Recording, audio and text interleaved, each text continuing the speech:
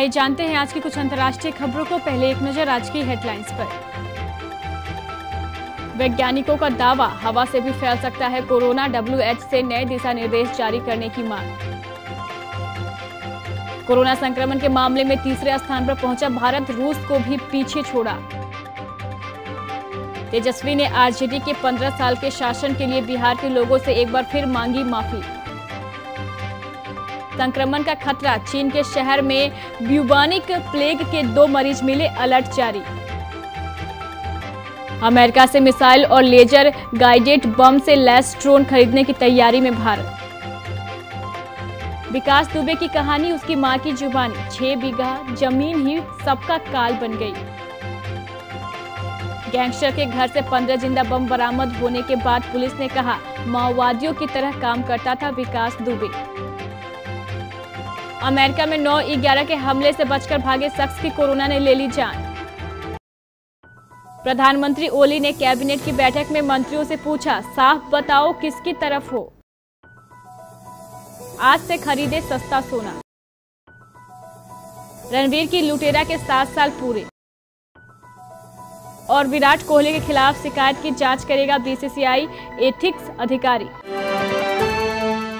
Corona संक्रमण के हवा से फैलने को लेकर पहले भी आशंकाएं जाहिर की जा रही है, लेकिन हर बार विश्व स्वास्थ्य संगठन यानी WHO इन्हें खारिज कर रहा है। अब अमेरिकी अखबार द न्यूयॉर्क टाइम्स की रिपोर्ट के मुताबिक दुनिया के 239 वैज्ञानिकों का दावा है कि हवा में मौजूद कोरोना वायरस के नन्हे कण लोगों को संक्रमित कर सकते हैं। यही नहीं, वैज्ञानिकों ने विश्व स्वास्थ्य संगठन से इन दावों पर गौर करने के लिए भी कहा है। वैज्ञानिकों ने WHO से दिशा निर्देशों में बदलाव करने की गुजारिश भी की है। देश में कोरोना वायरस के मामले लगातार बढ़ते जा रहे हैं और दुनिया भर में सबसे ज्यादा संक्रमित केस के मामले में भारत तीसरे स्थान पर पहुंच गया है। रूस को पीछे छोड़ भारत कोरोना संक्रमितों की संख्या में तीसरे पायदान पर आ गया है। हालांकि अब भी अमेरिका और ब्राजील इस मामले में भारत से आगे हैं। पाकिस्तान 12वें पायदान पर है।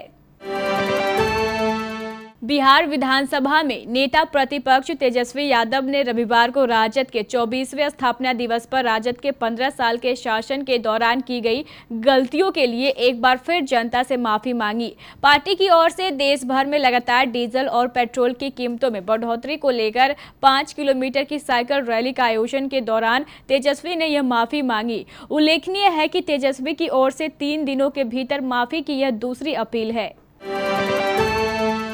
उत्तरी चीन के एक शहर में रविवार को ब्यूबोनिक प्लेग का एक संदिग्ध मामला सामने आने के बाद अलर्ट जारी किया गया है। यहां के सरकारी मीडिया ने यह जानकारी दी। सरकारी पीपुल्स डेली ऑनलाइन की खबर के अनुसार आंतरिक मंगोलियाई स्वास्थ्य क्षेत्र ब्यूनन के प्लेग की रोकथाम और नियंत्रण के लिए तीसरे स्तर की चेतावनी जारी की गई है। ब्यूबोनिक प्लेग का संदिग्ध मामला ब्यूनूर के एक अस्पताल में शनिवार को सामने आया। पूर्वी लद्दाख में चीनी पीपुल्स लिबरेशन आर्मी के साथ लंबे समय से जारी गतिरोध के बीच भारत ने कम ऊंचाई पर अधिक देर तक उड़ान भरने वाले अमेरिकी सशस्त्र प्रीडेटर ब्री ड्रोन खरीदने में रुचि दिखाई है। यह ड्रोन न सिर्फ खुफिया जानकारी इकट्ठा करता है, बल्कि लक्ष्य का पता लगाकर उसे मिसाइल और लेजर गाइडेड बम से नष्ट कर देता है। कानपुर के बिकरू गांव में गुरुवार रात 8 पुलिसकर्मियों की हत्या कर दी गई। इस हत्याकांड को अंजाम दिया हिस्ट्री शीटर विकास दुबे ने। विकास अभी पुलिस की पहुंच से दूर है। लखनऊ में रह रही विकास की मां सरला बताती है कि 6 बीघा जमीन की सबका काल बन गई है। उन्हें कोई मलाल नहीं है कि अब विकास का क्या होगा। वो कहती है कि पुलिस जो भी करे मुझे अफसोस नहीं है। जिस 6 बीघा जमीन के लिए सारी घटनाएं हुई है वो विकास के रिश्तेदार ललन शुक्ला की थी। ललन की 3 बेटियां हैं, सुनीता, प्रतिभा और सरिता। ललन ने 2 बेटियों की शादी कर दी। कोई बेटा नहीं था तो मौत से पहले ललन ने अपने भांजे सुनील शुक्ला को गोद लिया और जमीन उसी के नाम कर दी। सुनील की शादी विकास की बहन समीक्षा से हुई। विवाद तब शुरू हुआ जब ललन की बेटी प्रतिभा के पति राहुल तिवारी ने अपने ससुराल की यह जमीन बेचने की कोशिश की। राहुल चाहता था कि जमीन बेचकर अपनी साली सरिता की शादी करवा दे। विकास इसके खिलाफ था। उसका कहना था कि जमीन उसकी उसकी बहन समीक्षा के पति सुनील की है। इस बात को लेकर विकास उखड़ गया। राहुल और विकास के बीच भी इस लड़ाई को लेकर कई बार पंचायत बैठी, लेकिन मामला नहीं सुलझा। इसी विवाद को लेकर राहुल ने विकास के खिलाफ अपहरण और जानलेवा हमले की रिपोर्ट भी दर्ज करवाई। जबकि रिश्ता देखा जाए तो राहुल भी विकास का बहनों ही लगता है। मां सरला कहती है, विकास ने बिकरू ही नहीं आसपास के 85 गांवों को चकमा दिया था। बिजली, पानी और सड़क गांवों तक सब पहुंचाया। उसने नेताओं ने गलत राह पर डाल दिया। पहले उसे अपराध करवाया, फिर उसकी जान के पीछे पड़ गए। यूपी में 8 पुलिसकर्मियों की हत्या के आरोपी कुख्यात विकास दुबे के घर से पुलिस ने 15 जिंदा बम, 2 किलोग्राम विस्फोटक और 6 पिस्तौल बरामद किए हैं। जबरदस्त खूनी मुठभेड़ के एक दिन बाद जब कानपुर के जिलाधिकारी और पुलिसकर्मियों ने बिकरू गांव में दुबे के घर को ध्वस्त किया, तब वहां से भारी मात्रा में हथियार के जखीरे का पता चला, जिसे देखकर सबके होश उड़ गए। बिकरू गाँव राजधानी लखनऊ से करीब 120 किलोमीटर की दूरी पर है।